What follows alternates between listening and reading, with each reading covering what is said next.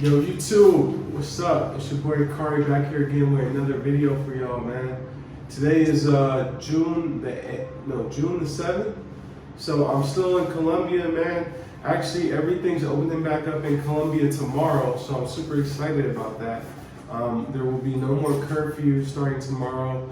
Clubs, restaurants, everything will be open late, past 12 and so on and so forth. So we'll be able to get back to, having fun and going out and doing stuff out here in Colombia. Also, I've been hearing that they are going to be getting rid of the requirement for PCR testing. So that's going to be pretty cool too. So people are going to be able to come and go a lot easier, a lot cheaper, because the tests can get expensive. I believe the place that I go out here is like $70 US. So yeah, man, it's great news. I'm super excited. But today I have a topic for y'all about the women. I want y'all to be prepared. All you do is they're booking up, trying to come out here and find that special girl or whatever, or just have fun. I just want to give y'all some words of advice from my perspective. So before we get into it, man, go ahead and like, comment, and subscribe to the channel. You know what I mean? Show your boy some love. So today I just want to talk about some of the signs or warning signs that you might see that lets you know that shorty or any girl looks at you like a gringo.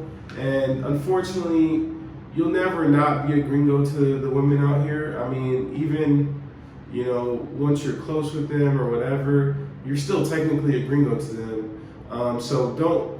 What I'm saying is more so when a girl is trying to use you because she thinks you're a stupid gringo. As long as they respect you, and we all know that we're gringos. We're from the U.S. You know what I mean? But as long as she respects you in the right way and doesn't treat you in an exploitative way and try to exploit you and stuff. So that's really what I'm getting at today.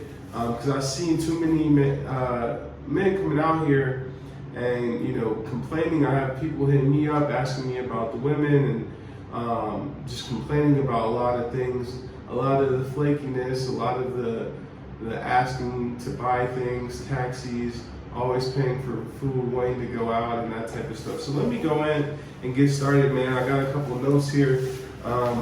So basically, just to kick it off, when a girl only wants to go out, that's definitely a sign that she's kind of looking at you like a gringo. She's using you to go out to do stuff that she doesn't have the money to do, whether that is, go get a bottle and hang out and drink, or to go out to eat to places that she would never go. She always wants to go to Provenza or these expensive restaurants in like El Tesoro area, places like Colossal, restaurants like Mistura, Panca. These are all really nice restaurants, and most girls don't go there that often, maybe for like birthdays and stuff like that.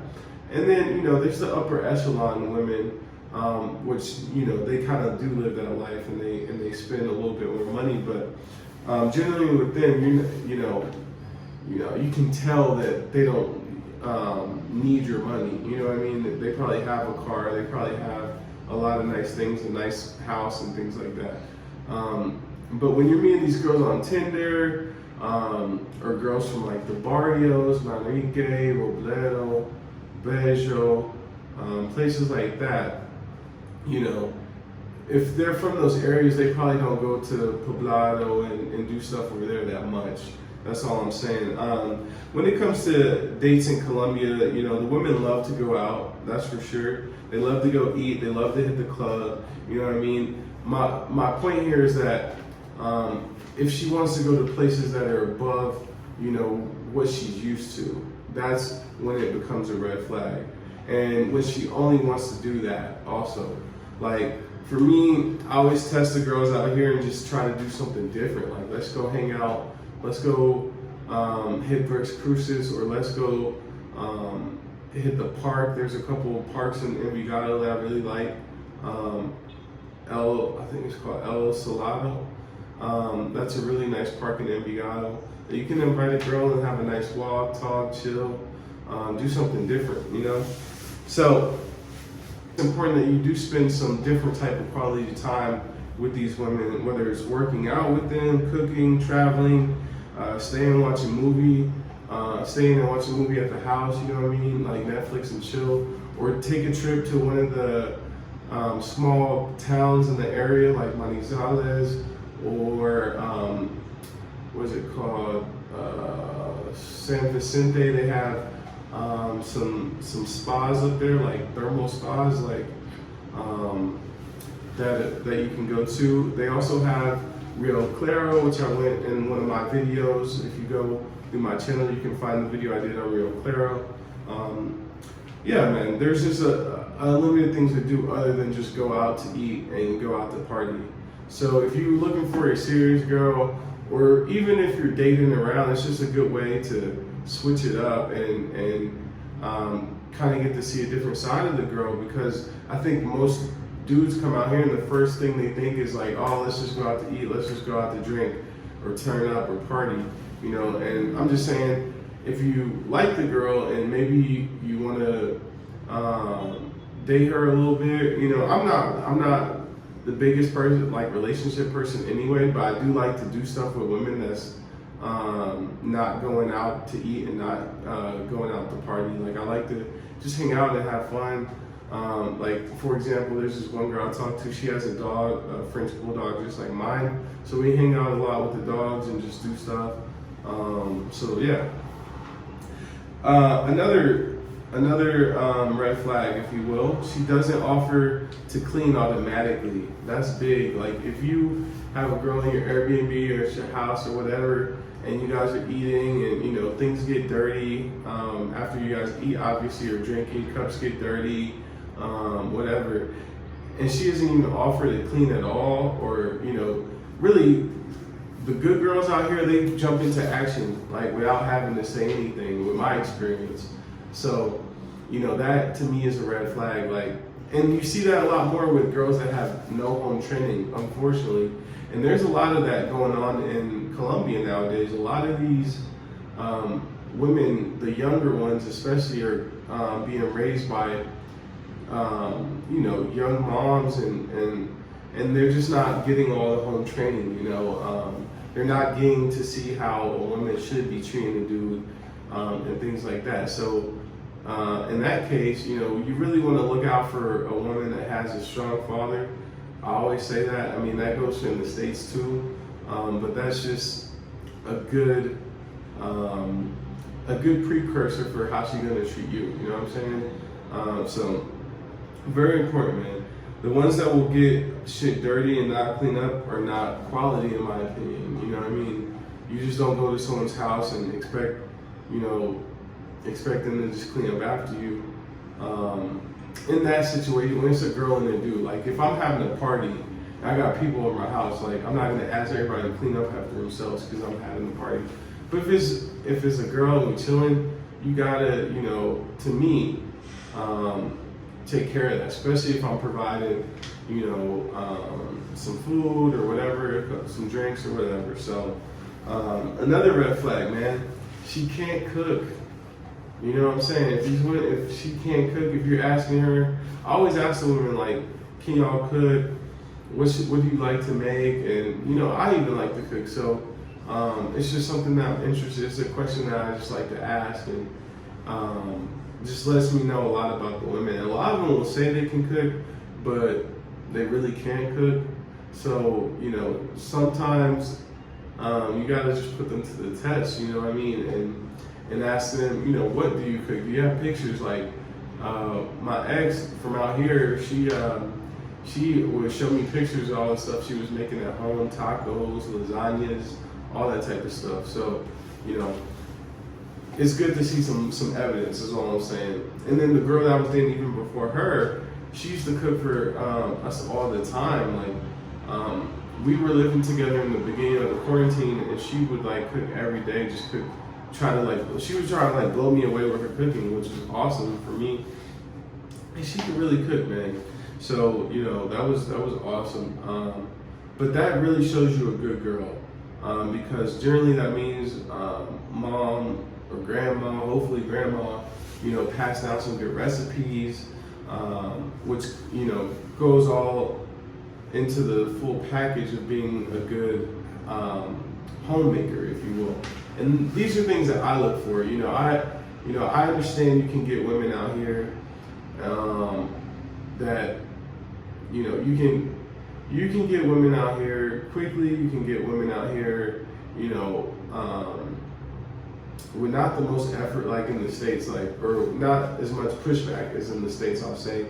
But to get quality women out here, I do feel like you have to put in some work, and you kind of have to be a lot more strict about what you're looking for. So that's just something to take note of. If she's asking for transportation, I mean, you guys know this. All these girls, a lot of them, the Tinder girls, even some of the girls that are not on Tinder or whatever, will ask you for to pay their taxi, to pay for stuff. But yeah, I mean, for me, I've done it. I'm not gonna lie. I paid for girls' taxis before, but if nowadays, now that I'm not so easily impressed by the Colombian women, it really just kind of turns me off. Like, you don't even have a way to get over here. You can't take the train. It's like what, 2 million pesos or whatever. Like, you're not being resourceful either. You just want me to buy your taxi, because a taxi from, let's say, Lorella's or anything around there is going to be 20,000 pesos. When a girl could take the train to my house, and I live right next to the train station, that's going to save 18,000 pesos. You know what I mean? So, and that's the ones that need to take the train. A lot of women that I've been talking to lately have their own car, and I've been trying to stay in places like Poblado, Envigado, Sabaneta, Itagüí, where it's not so much of a barrio vibe, and not so much of a vibe of really poor women and bad situations, unfortunately. And it's not a knock on all the women from up north in those barrios like Manrique, Juárez, Robledo, etc., etc. Because there's still quality girls there, but I'm saying more of the problematic girls tend to come from those areas. And when you date girls from Envigado, Sabaneta, Itagüí, things like that, with my experience, I've had a lot more just class, grace, elegance, not to mention that they have just more resources, more to offer, and they ask for less. So that's just my experience. If you feel different, please let me know in the comments, man. So as far as Tinder, guys, I'm gonna just come out and say I do not recommend using Tinder in Medellin. I've used it in the past, and to me, it's just so much trash on there. So many girls looking to find a lick, if you will. And I just haven't found a lot of quality on Tinder. Not to mention that, to me, if you think about it, a girl that's an 8, 9, or 10, which is really what I'm looking for, has no reason to be on Tinder at all. You know what I'm saying? And I find very much more luck meeting girls through my friend groups, meeting girls through going out, doing activities, such as the gym, such as taking Spanish classes, doing salsa, going out to Provenza, La Setenta, talking to women in person. I know that's hard in the pandemic, but I was just out last weekend and just, dancing with women on Setenta, and I was able to meet 2 beautiful women.